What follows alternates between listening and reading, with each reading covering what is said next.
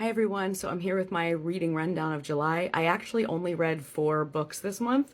I read a lot more Hermione because I was away on vacation and I'd rather do that on the beach. Sorry. But I did read 4 and I want to talk about them. And I'm also going to be creating this makeup look from my latest Ipsy box, so I hope you enjoy this. Let's get into it. Okay, so the first book I read was Home is Where the Bodies Are by Geneva Rose. And look, you either like Geneva Rose or you don't. I happen to. I gave this book 3.5 stars. I think this one has a little bit more heart than her others, but it does lack like the salaciousness. It's a quiet family mystery.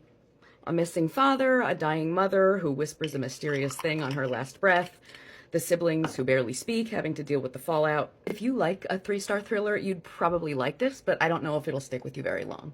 Okay, I've been really wanting to try the Sunset Blush, and I found this blush today at Target, so I'm gonna try. Okay, so the next book I read was Middle of the Night by Riley Sager. Again, you either like Riley Sager or you don't, and I do like him a lot. Ooh, that's a really pretty color. I gave this book a 3.75. I don't believe it's his best, but I did enjoy reading it.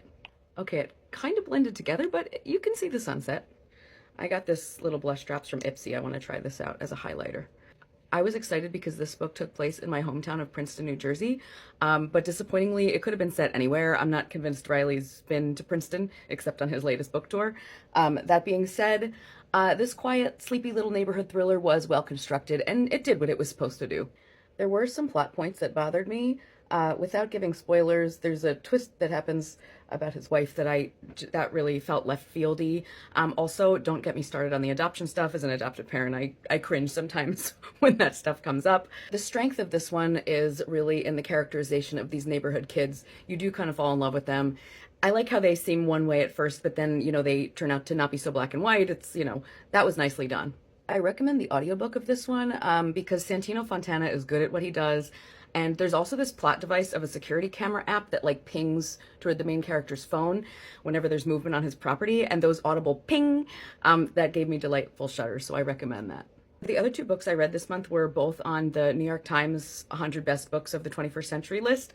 I added a bunch of those to my TBR, and I am proud of having gotten to 2 of them this month. The first one was Exit West by Mohsin Hamid. This is a really, really lovely book. It's timely, but also timeless. It's pretty short, so it's definitely a manageable read, but there's a lot going on. It begins, and it is pretty much about this couple. It's a love story between Saeed and Nadia, who are 2 young people who live in an unnamed city in an unnamed Middle Eastern country that's having a civil war between militants and the government. If you, like me, do not like books about war, this is not about the war. It is happening, but it is really about characters. It's really about these people, so it is lovely. In between their story, you get these little bits about different people popping up all over the world. And it was kind of confusing at first to me, especially because I went into this book completely blind. But it turns out there are these doors throughout the world that can transport you somewhere else in the world. And if that sounds sci-fi, it is, but like it's not a sci-fi book. It's more of an allegory. Saeed and Nadia discover one of these doors and they decide to leave their war-torn city for better pastures. But their journey, as this is an allegory about immigration, is not easy. I'm going to be using this palette from Ipsy that I got, Iconic London. It's a really pretty palette. What I found really interesting about this book was that it's more about a look at what immigration does to people, especially people with a strong connection to a culture, how this move brought Saeed clinging closer to his heritage while Nadia was like moving more steadily away, and how this disrupted their closeness. I just thought that was very, very good and very beautiful. Even though it was sad. I gave this book 4.5 stars because even at its short length, I felt like some of it dragged a bit, but I do recommend it. Also, Exit West was number 75 on the New York Times list. I forgot to say that. And the last book I read was number 50 on the list, and it is Trust by Hernan Diaz. This book was a surprise to me. Again, I went in blind, and when it first starts out, I realized it was about the stock market, and I nearly DNF'd it. I am very glad I didn't. This book will definitely be on my top list at the end of the year, I can already tell.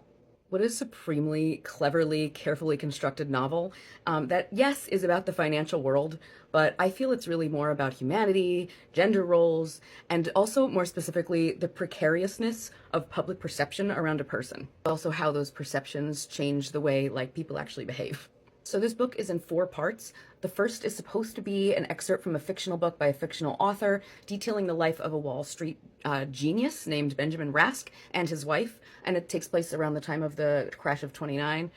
If this doesn't sound interesting to you, it didn't to me either, but something about it just drew me into their lives. The characterization was so interesting, and I immediately gravitated towards these characters and felt like I knew them.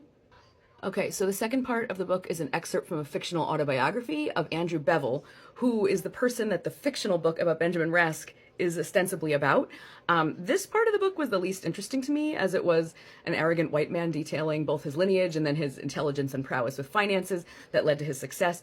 But again, I was drawn in mostly by his discussion of his wife, who was allegedly the basis for the wife in the fictional tale. The third part of the book is where it really came alive to me, and it really took off. It's from the point of view of the woman, Ida Partenza, who helped Andrew Bevel write the autobiography of part 2. Her story really spoke to me. She was the daughter of an Italian immigrant who's an anarchist and, of course, hates money.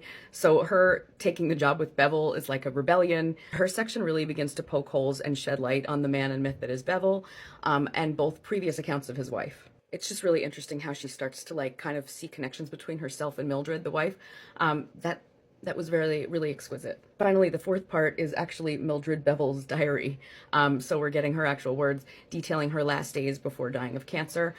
This part was difficult to read, but it was stunning. So much of that section left me gobsmacked and reeling. Beautiful words, just gorgeous. So yes, this book is a masterpiece. I definitely gave it 5 stars.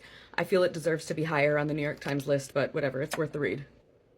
I am really not interested in finance at all, but this book made me interested in it. It presents the world of stocks as a puzzle, which really intrigued me, and it kind of made me wish I'd gotten into it, mostly because I'd be way wealthier than I am. Anyway, I highly recommend that book. I will be back with a video about the Dromiones that I read this month because I did that a lot, and I hope that you enjoyed this, and I'll see you next time. Bye!